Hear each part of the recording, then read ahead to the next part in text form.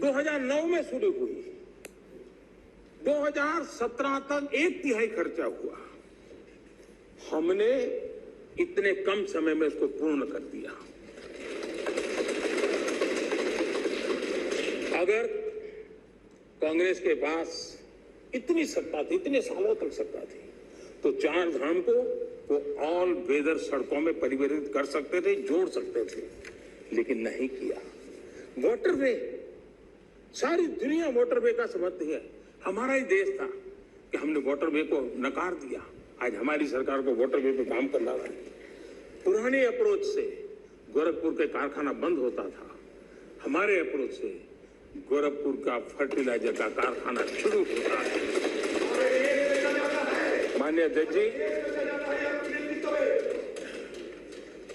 जी,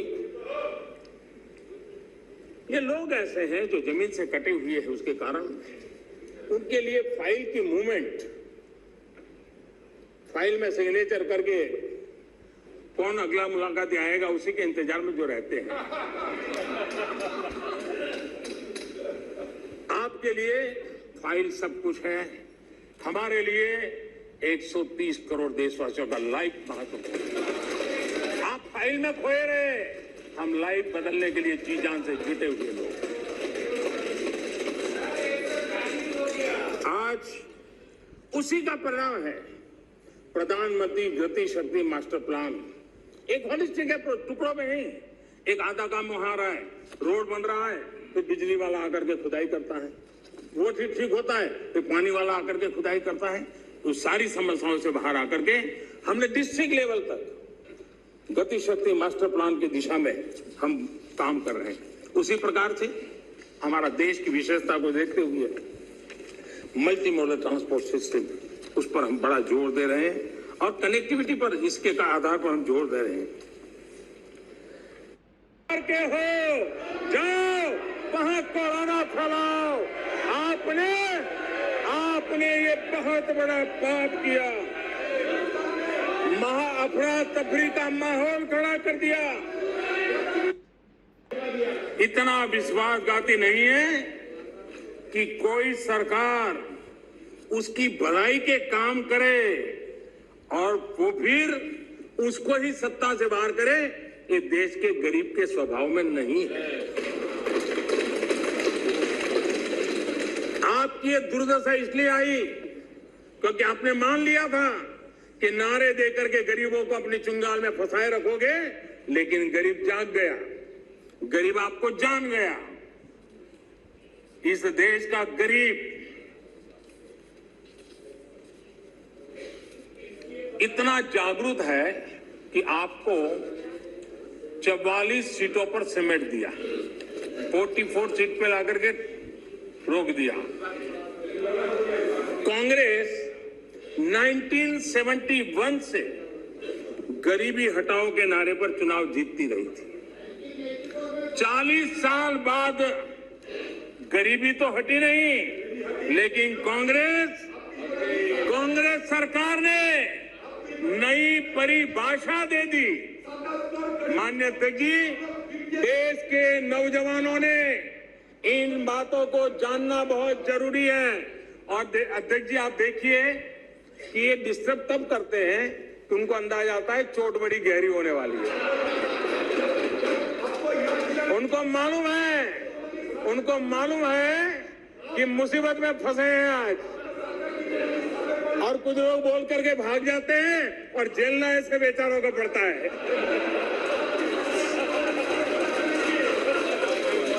माननीय अध्यक्ष जी, 40 साल बाद कांग्रेस, गरीबी तो नहीं हटी, लेकिन गरीबों ने कांग्रेस को हटा दिया। और कांग्रेस ने क्या किया?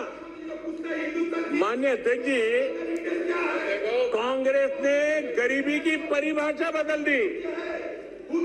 2013 में एक ही झटके में उन्होंने कागज पे कमाल करके 17 करोड़ गरीब लोगों को अमीर बना दिया। ये कैसे हुआ? इसकी सच्चाई देश के युवाओं को पता होना चाहिए। मैं आपको उदाहरण देता हूं। आपको मालूम है हमारे देश में पहले रेलवे में first class, second class, third class होता था। जो फर्स्ट क्लास होता था एक लाइन लिखी रहती थी दरवाजे के बाजूगल में, सेकंड क्लास में 2 लिखी रहती थी, थर्ड क्लास में 3। इनको लगा ये थर्ड क्लास वाला जरा मैसेज ठीक नहीं है, तो उन्होंने एक लाइन निकाल दी। ये इनके तरीके ऐसे ही हैं और उनको लगता है कि वो गरीबी हट गई और उन्होंने सारे उसके बेसिक नॉर्म्स बदल करके कह दिया 17 करोड़ गरीब नहीं गिने जाएंगे। इस प्रकार से आंकड़े बदलने का काम वो करते रहे हैं। माननीय अध्यक्ष जी,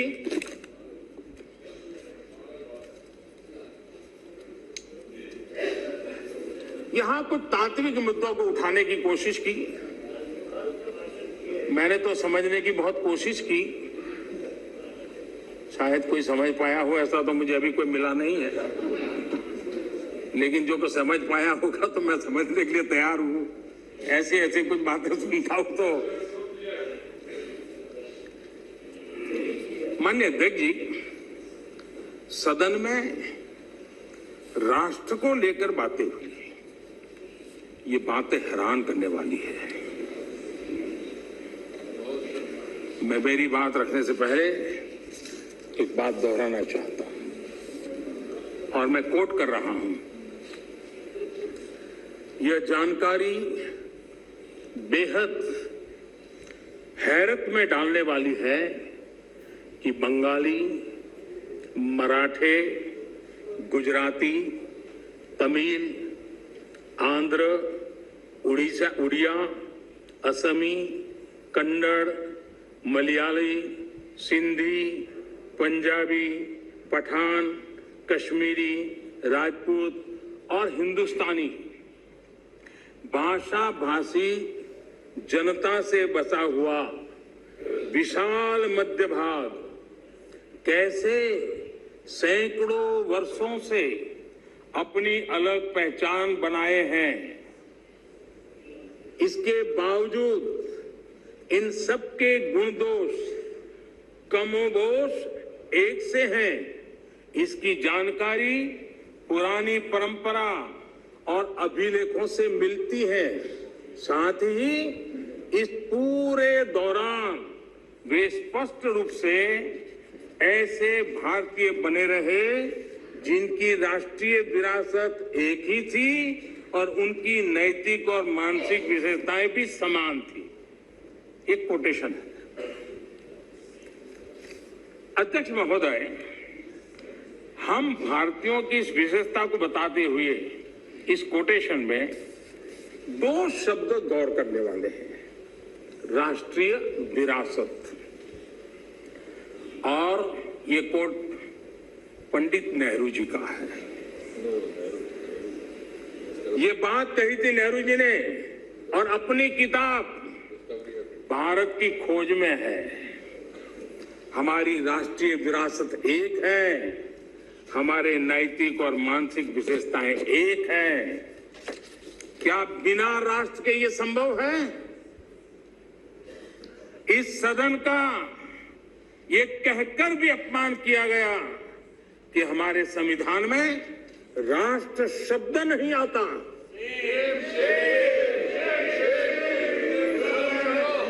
संविधान की प्रस्तावना में लिखा राष्ट्र पढ़ने में ना आए, ये हो नहीं सकता है। कांग्रेस ये अपमान क्यों कर रही है, मैं इस पर विस्तार से अपनी बात रखूंगा। माननीय अध्यक्ष जी, राष्ट्र कोई सत्ता या सरकार की व्यवस्था नहीं है। माननीय अध्यक्ष जी, हमारे लिए राष्ट्र एक जीवित आत्मा है।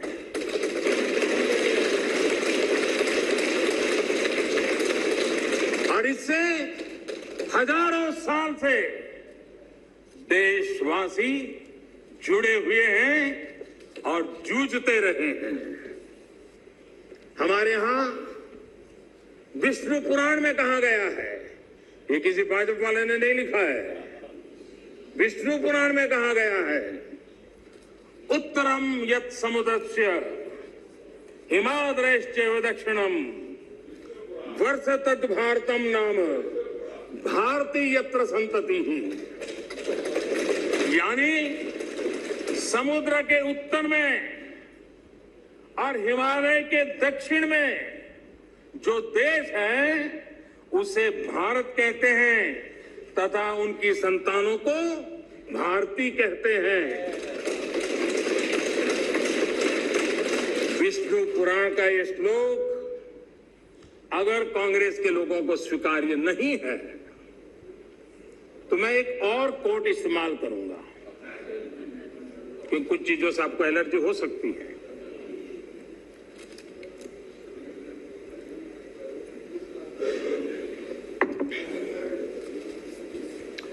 मैं कोट कह रहा हूं, एक क्षण आता है मगर इतिहास में विरल ही आता है जब हम पुराने से बाहर निकलकर नए युग में कदम रखते हैं। जब एक युग समाप्त हो जाता है, जब एक देश की लंबे समय से दबी हुई आत्मा मुक्त होती है। ये भी नेहरू जी के ही बोल है। आखिर किस नेशन की बात नेहरू जी कर रहे थे जी? ये नेहरू जी कह रहे हैं। और माननीय अध्यक्ष जी, यहां तमिल सेंटिमेंट को आग लगाने की भारी कोशिश की गई। राजनीति के लिए कांग्रेस की जो परंपरा अंग्रेजों के विरासत में आई दिखती है, तोड़ो तोड़ो तोड़ो और राज करो, तोड़ो और राज करो, बांटो और राज करो। लेकिन मैं आज तमिल भाषा के महाकवि माननीय अध्यक्ष जी, तमिल भाषा के महाकवि और स्वतंत्र सेनानी आदरणीय सुब्रमण्यम भारती ने जो लिखा था, मैं यहां दोहराना चाहता हूं। तमिल भाषी लोग मुझे क्षमा करें मेरे उच्चारों में कोई गलती हो तो, लेकिन मेरा आदर और मेरी भावना में कोई कमी नहीं है। सुब्रमण्यम भारती जी ने कहा था, मन्नुम इमय मलय एंगल मलय पन्नरुम उपनिट नुलेंगल दुले पार मिसे एधोरु नुल इधु पोले पोन निलोर भारत नांडेगल नाडे कोड रुवोम इक्ते इमक किलेडे। इसका भावार्थ जो उपलब्ध है वो इस तरह का है। सुब्रमण्यम भारती जी कहते हैं, जो उन्होंने तमिल भाषा में कहा है उसको मैं अनुवाद, जो भाव मुझे उपलब्ध हुआ है मैं कह रहा हूं।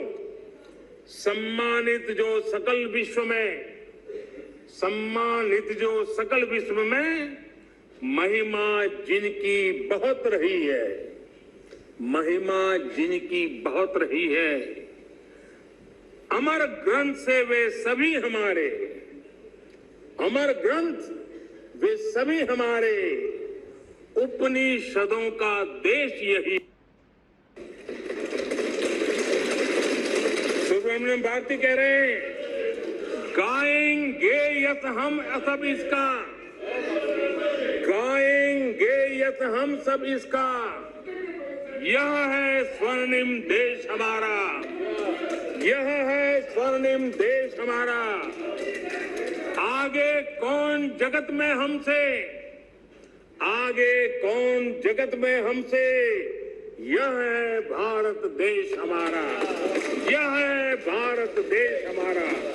ये सुब्रमण्यम भारती जी की कविता का भाव है। ये वो संस्कृति है। और मैं आज तमिल के सब नागरिकों को सैल्यूट करना चाहूंगा।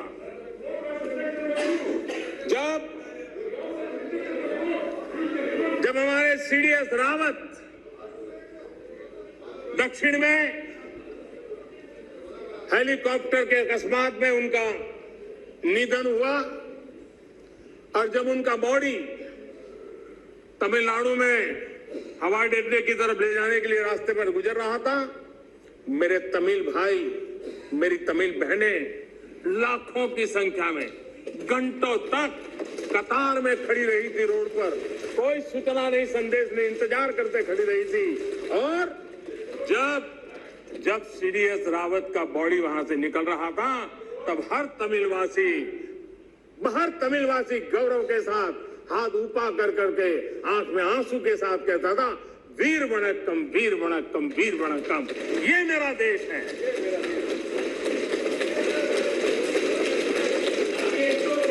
लेकिन कांग्रेस को हमेशा से इन बातों से नफरत रही है।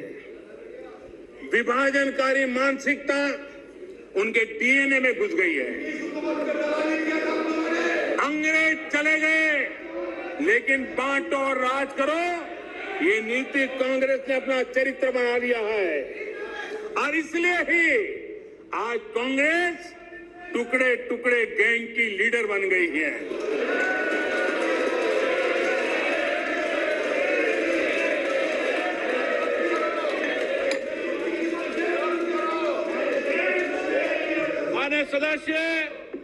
माननीय सदस्य प्लीज, मैंने सभी माननीय सदस्यों को पर्याप्त समय पर्याप्त अवसर दिया था। जब सदन के नेता बोल रहे हैं ये अपराधित आचरण आपका ठीक नहीं है, ये सदन की गरिमा नहीं है। जो लोकतंत्र की प्रक्रिया से हमें रोक नहीं पा रहे हैं, वो यहाँ अनुशासनहीनता करके हमें रोकने की कोशिश कर रहे हैं।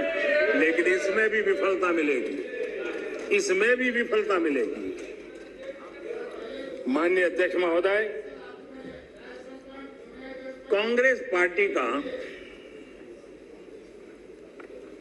सत्ता में आने की इच्छा खत्म हो चुकी है। लेकिन जब कुछ मिलने वाला नहीं है तो कम से कम बिगाड़ तो दो। ये फिलॉसफी पर आज निराशावादी, लेकिन उस मोह में बर्बाद कर करके छोड़ेंगे। इस मोह में देश में वो बीज बो रहे हैं जो अलगाव की जड़ों को मजबूत करने वाले हैं। सदन में ऐसी बातें हुई कि जिसमें देश के कुछ लोगों को उकसाने का भरपूर प्रयास किया गया।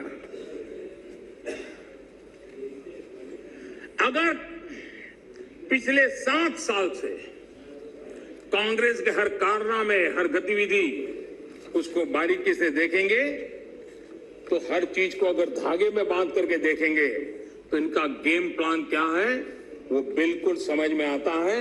और वो ही मैं आज उनका खुला कर रहा हूं। माननीय अध्यक्ष जी, आपका गेम प्लान कोई भी हो,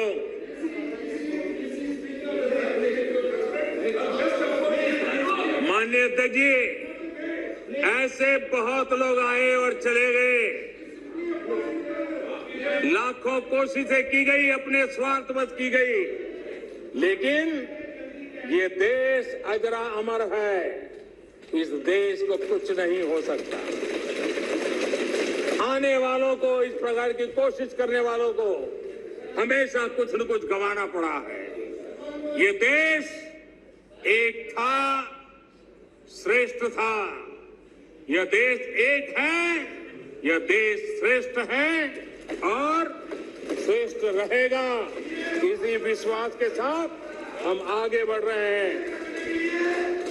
माननीय अध्यक्ष जी,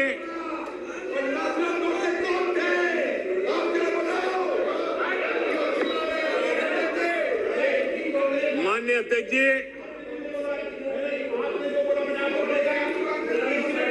माननीय अध्यक्ष जी, यहाँ कर्तव्यों की बात करने पर भी ऐतराज जताया गया है।